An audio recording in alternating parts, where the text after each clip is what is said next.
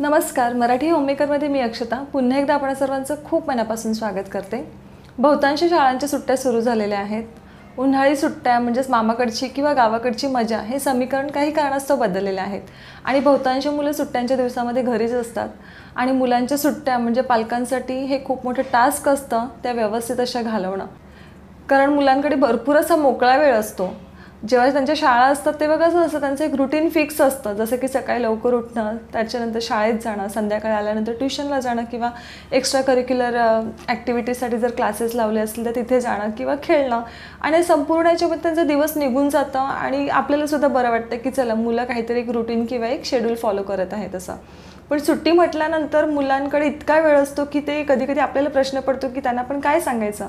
कारण जर समजा त्यांच्या वेळेचा सदुपयोग त्यांनी व्यवस्थित केला नाही तर बहुतांश वेळ तर एकतर टी व्हीमध्ये घालवतील किंवा मोबाईलमध्ये घालवतील आणि कोणत्याही पालकांना मंजूर नसेल.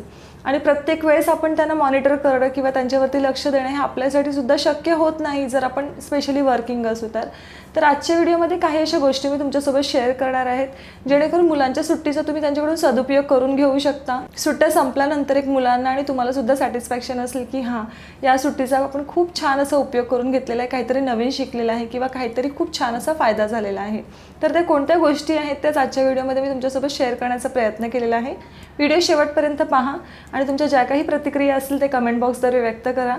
हा जर व्हिडिओ आवडला तर इतरही व्हिडिओज पहा आणि जर का चॅनलचा कंटेंट आवडला तर प्लीज चॅनलला सबस्क्राईब करा. चला तर मग जास्त वेळ न घालवता आजच्या व्हिडिओला सुरुवात करूया. मुलांच्या रोजच्या शाळेच्या रुटीनमध्ये आपण एक गोष्ट नोटीस केली असेल की कोणत्याही एक्स्ट्रा गोष्टींसाठी वेळ काढणं म्हणजे थोडंसं कठीणच असतं.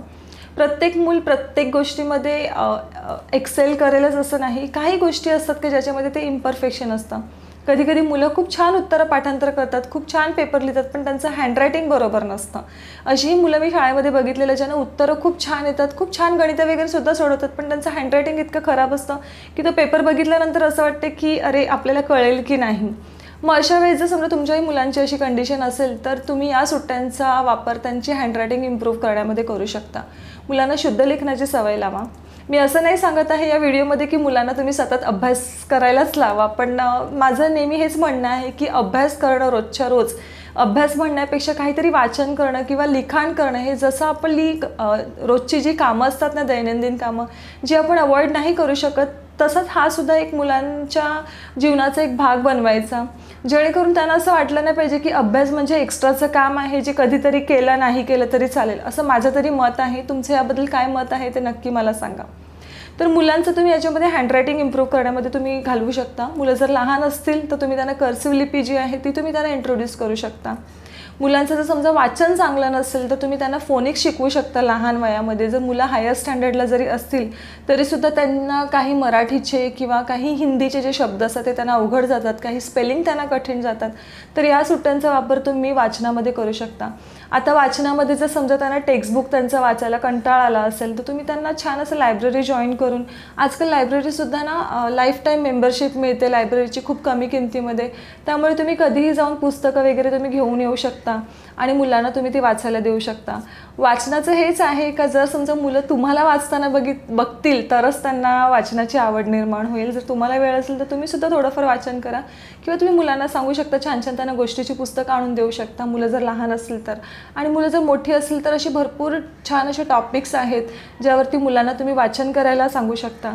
वाचनासोबत तुम्ही त्यांना लिखाणसुद्धा करायला सांगू शकतात की जर समजा त्यांना शुद्ध लेखन टेक्स्टबुकमधून नाही लिहायचं आहे तर त्यांनी दिवसभरामध्ये काय केलेलं आहे किंवा काय गोष्टी त्यांना आवडलेल्या आहेत, काय गोष्टी त्यांना नाही आवडलेल्या आहेत त्या तुम्ही त्यांना लिहायला सांगू शकता, जेणेकरून आपण ते डेली जर्नल कसं आपण लिहितो ना तशा प्रकारे मुलांना हॅबिट होऊन जाईल. त्यानंतर मुलांचे गणितामधले, ग्रामरमधले, स्पेशली या दोन सब्जेक्टमधलेच काही कॉन्सेप्ट्स क्लिअर नसतात. म्हणजे आपल्याला कुठेतरी असं वाटतं की चला हे 5वीचं वर्ष किंवा हे 6वीचं वर्ष कसं बसं आपण घालवलं, मुलांना गणित कठीण जात होतं, काही गोष्टी त्यांना अवघड जात होत्या, पण आपल्याला माहिती आहे की प्रत्येक जो कॉन्सेप्ट आहे तो पुढच्या स्टँडर्डमध्ये रिपीट होत जातं किंवा त्याचं ॲप्लिकेशन त्याच्यामध्ये येतं किंवा त्याची जी लेवल आहे ती थोडीशी डिफिकल्ट होत जाते. मग जर आधीच्याच क्लासमधलं त्यांना कॉन्सेप्ट क्लिअर नसेल तर मग पुढच्या क्लासमध्ये त्यांना ते थोडंसं जास्त अवघड जातं. मग ते तुम्ही त्यांचं जास्त मजबूत करण्यावरती तुम्ही भर देऊ शकतात.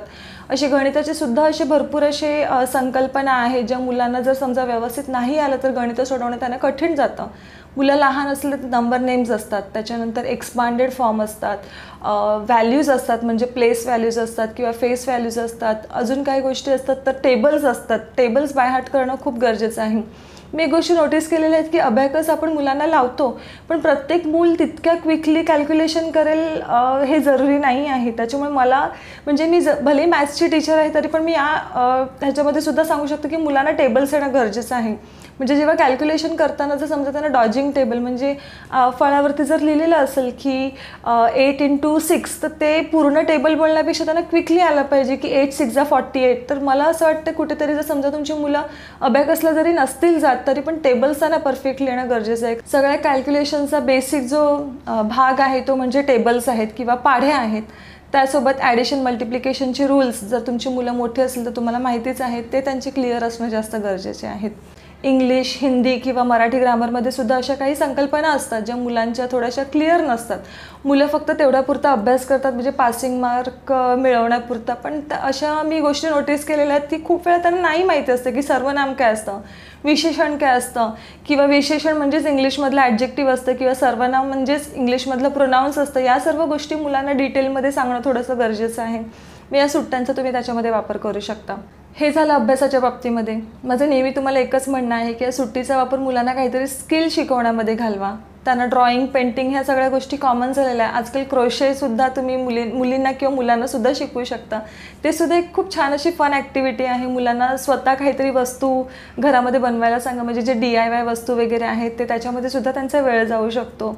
आणि एक लाईफ स्किल्स शिकवा. मी मागच्या वेळेस जेव्हा मी व्हिडिओ केला होता आपल्या दुसऱ्या चॅनलमध्ये त्याच्यामध्ये मी तुम्हाला सांगितलं होतं की जर समजा मुलांना स्विमिंग नसेल येत ना तर मुलांना नक्की स्विमिंग शिकवा.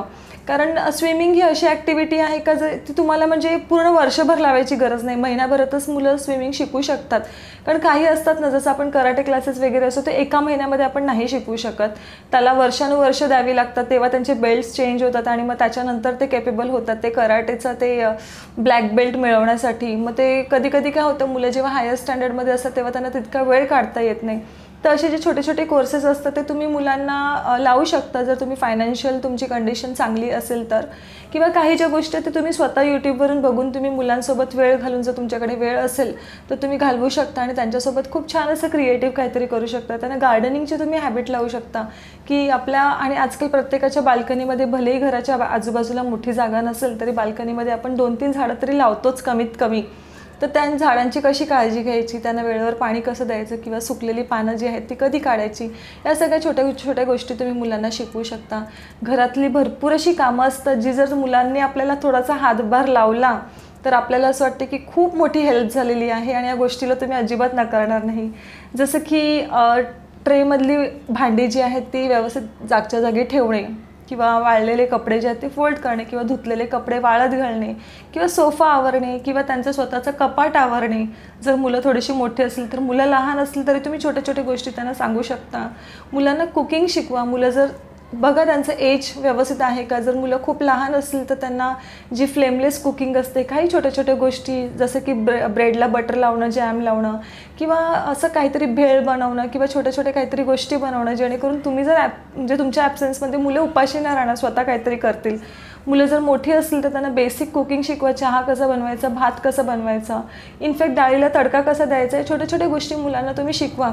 कारण आपण जर विचार केला की रोजच्या रोज म्हणजे मुलं जेव्हा शाळेमध्ये जातात त्यांना जर आपण अशा गोष्टी शिकवू तर ते नेक्स्ट टू इम्पॉसिबल आहे. कारण मुलांचं सुद्धा शेड्यूल खूपच बिझी असतं, त्यांना स्वतःसाठी वेळ मिळत नाही आणि संध्याकाळ होईपर्यंत ती पार थकून गेलेली असतात. त्याच्यामध्ये जर तुम्ही विचार करणार की आपण मुलांना या सगळ्या गोष्टी शिकवू तर ते पॉसिबल नसतं. तर या सुट्टीच्या दिवसांमध्ये तुम्ही या गोष्टींचा सदुपयोग करून घेऊ शकता. तुम्हाला शक्य असेल तर तुमच्या जवळपासची जी काही ठिकाणं आहेत ती मुलांसोबत एक्सप्लोअर करा. तुम्ही फिरायला जा.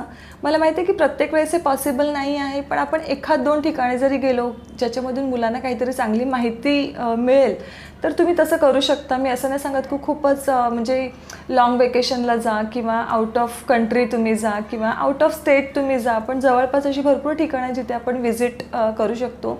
मुलांसोबत शक्य असेल तर वेळ घालवण्याचा प्रयत्न करा, जसे की बोर्ड गेम्स वगैरे खेळून, आणि त्याच्यामध्ये खूप मजा असते मुलांसोबत बोर्ड गेम खेळायला. मला माहिती आहे की आपल्याकडे थोडंसं टाईम कमी असतं, कारण आपली घरातलीच कामं किंवा आपली ऑफिसची कामं आहेत तीच आपली संपत नाही. पण मला असं वाटतं मुलांसाठी रोज जर समजा आपण अर्धा एक तासाचा जर वेळ काढला तर, आणि घरातलं एखादं काम जर आपण थोडंफार सोडून दिलं, किंवा जर तुमच्या घरामध्ये हाऊस हेल्प असेल तर चांगलीच गोष्ट आहे. पण जर समजा तुम्ही एकटं सगळं मॅनेज करत असेल तर काही जी कामं आहे ती थोडीशी आपण लेट केली, जसं की आता सॅटर्डे संडे जर सुट्टी असेल तर फ्रायडेच्या रात्री खूप छान अशी एखादी मूवी वगैरे एन्जॉय करायची. थोडंसं उशिरा झोपून सकाळी थोडंसं उशिरा उठलं तर मला असं वाटतं तिथे थोडंसं कॉम्प्रोमाइज करायला काही प्रॉब्लेम नाही आहे. मी असं नाही सांगत आहे की तुम्ही करायलाच पाहिजे, पण तुम्ही तेवढ्या समजदार आहेत की तुम्ही तुमच्या अंडरस्टँडिंगने या सगळ्या गोष्टी तुम्ही मॅनेज करू शकता. आणि मुलांच्या सुट्ट्या सुखकर जाण्यासाठी तुम्हीसुद्धा मेंटली प्रिपेअर होणं खूप गरजेचं आहे. आता मी एक आई म्हणून सुद्धा तुम्हाला सांगेल, कारण मुलं घरामध्ये असणार तर ते पसारा करणारच, आणि ते कॉमन आहे. मला असं वाटतं मुलं कितीही मोठी असली ना तर आपल्याला खूप वेळा त्यांना गोष्टी सांगाव्या लागतात की अरे बाबा हे तू इथेच ठेवलेलं आहे, हे उचल.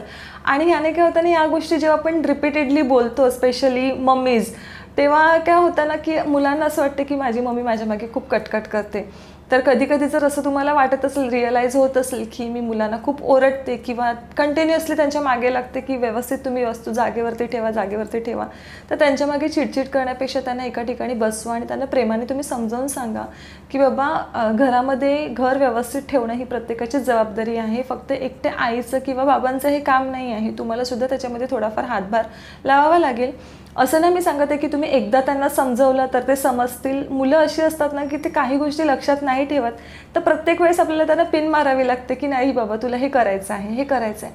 आणि हळूहळू आपल्याला तुम्ही नोटीस कराल की त्यांना आपण ती सांगण्याची गरजसुद्धा लागत नाही, ते स्वतःच त्यांची वस्तू जी आहेत ते जागेवरती ठेवतात. या ज्या सगळ्या छोट्या छोट्या गोष्टी आहेत ना, सुट्टीच्या दिवसांमध्ये आपण त्यांना शिकवू शकतो. या व्यतिरिक्त अशा कोणत्या गोष्टी आहेत त्या मला कमेंट करून तुम्ही नक्कीच सांगा. आणि व्हिडिओ जर समजा हा आवडला असेल, एखादा पॉईंट जर मी मिस आउट केला असेल तर तोही कमेंट करून तुम्ही सांगा, जेणेकरून त्याचा फायदा आपल्या इतर मैत्रिणींनासुद्धा होईल. तर तुमचा मौल्यवान वेळ काढून आजचा व्हिडिओ इथपर्यंत पाहिल्याबद्दल मनापासून धन्यवाद. लवकरच भेटू एका नवीन व्हिडिओमध्ये. तोपर्यंत आपली काळजी घ्या. बाय.